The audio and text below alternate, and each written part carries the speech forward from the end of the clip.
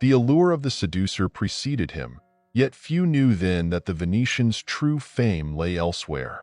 The adventurer from Via della Commedia had a knack for extracting gold even from the most notorious skeptics. After wandering through Milan, Mantua, and Parma, Giacomo Casanova found himself in France, desperately in need of replenishing his purse. And his French tour more than lived up to his expectations. In the mid-18th century, Paris was home to a wealthy and noble widow, Marquise Jeanne Camus de Pontcarré d'Urf. The daughter of the president of the Rouen Parliament, she had married a wealthy man and, widowed at 29, found herself both free and exceedingly well off. The Marquise's house on the banks of the Seine was famous in the capital for its hospitality toward men of science.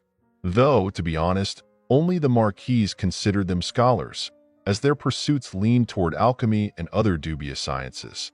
Yet, she enthusiastically funded their failed experiments, which, more often than not, led nowhere. Her contemporary, the Marquise de Créquy, wrote of her, "A lost woman, utterly mad. She will squander all her fortune on these questionable characters." Naturally, such a generous lady could not escape the attention of the era's most famous adventurers.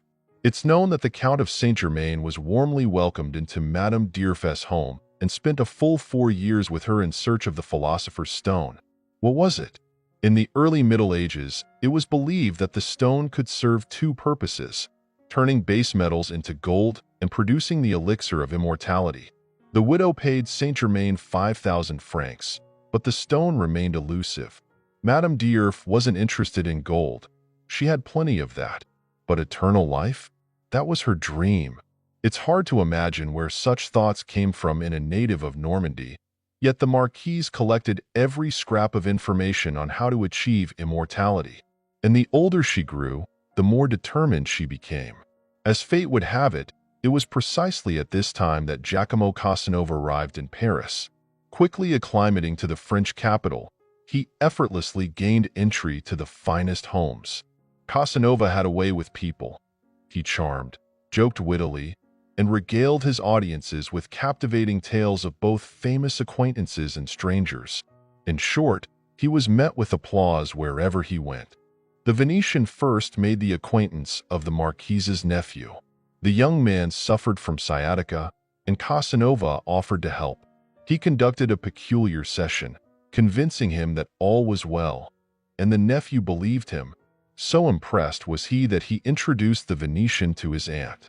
Casanova had already heard of the Marquise's peculiar interests. On his second or third visit, he casually mentioned that he could assist her. All he needed, he said, was some preparation and, of course, an advance payment. Interestingly, the cunning man didn't ask for money. He preferred jewels, and under the most curious pretext. He claimed they helped him construct earthly constellations that projected onto the heavens. Madame d'Urf was intrigued.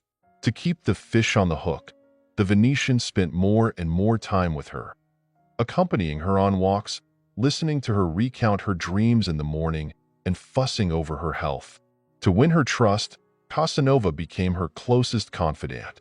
After some time, using draperies, candles, mysterious symbols, and dusty books he'd scavenged from the attic of a rented house, Giacomo transformed Jeanne d'Urf's salon into a chamber of mystique. The enchanted Marquise watched the ritual unfold, utterly captivated. It was all so extraordinary. Eventually, Casanova convinced the Marquise that the deed was done. She could now expect the fulfillment of her deepest desire. Supposedly, in her final hour, she would be reborn as a young man. Jeanne d'Urf was taken aback, but didn't object. Man or woman, it didn't matter. What mattered was the chance to live on. The Venetian later wrote about his French escapades in his memoirs, and Madame d'Urf features prominently. Incidentally, the Marquise passed away at the age of 70. Contrary to Madame de Créquy's predictions, d'Urf left behind a considerable fortune.